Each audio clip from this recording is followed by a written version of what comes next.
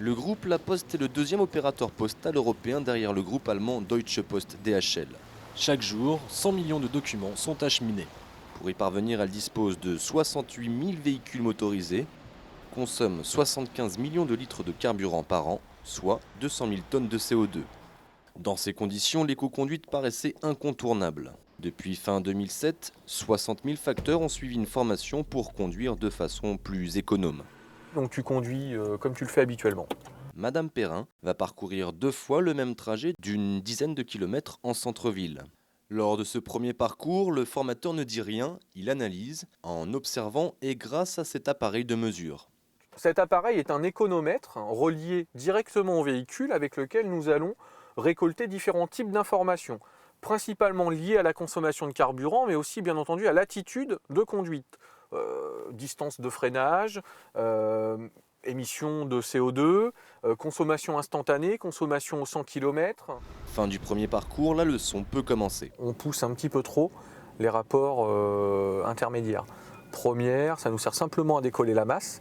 Dès la seconde, tu peux avoir une accélération un tout petit peu plus franche jusqu'à 2000 tours et enchaîner tous tes rapports rapidement. Tous les 10 km/h, tu peux changer de vitesse. Donc, si on a la possibilité d'atteindre 50 km/h sur notre parcours, de stabiliser cette allure, on pourra tout à fait rouler en cinquième.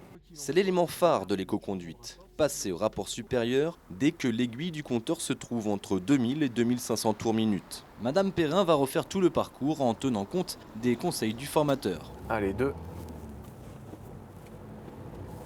3 et 4. Plus difficile maintenant, ralentir avec le frein moteur en passant de la quatrième directement à la deuxième. 4, 2. Allez, 4, 2. Voilà, très bien. Donc là, frein moteur.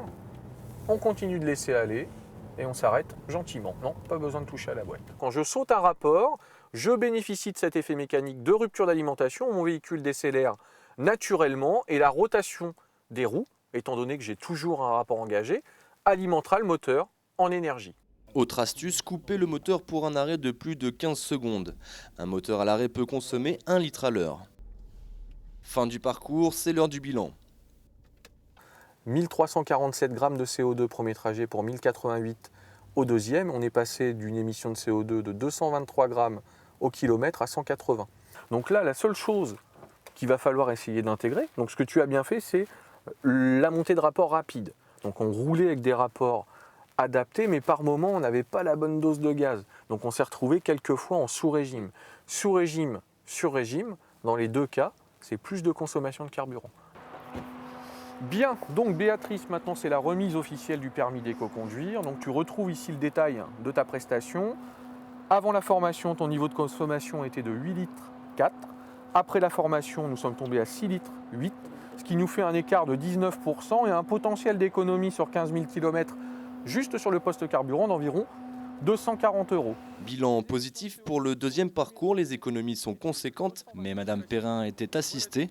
Va-t-elle pouvoir maintenir ses résultats? Quand il m'a montré, il m'indiquait, mais à la fin, j'ai vu que c'est venu assez rapidement en fait. Pas d'inquiétude, la direction a déjà prévu de réactualiser tous les bons réflexes. On est en train de démarrer ce qu'on appelle les piqûres de rappel, puisque comme vous le savez, on est sur une formation comportementale, donc on va dire à peu près 1 an après, ça dépend un petit peu des gens, on refait une formation et cette fois-ci on l'a fait sur simulateur. Entre les bons et les mauvais élèves, un constat est fait, la consommation du carburant a baissé de 5%. Un petit pourcentage qui permet néanmoins une économie de 5 millions d'euros par an et, selon le groupe La Poste, une réduction de 10 000 tonnes des émissions de CO2.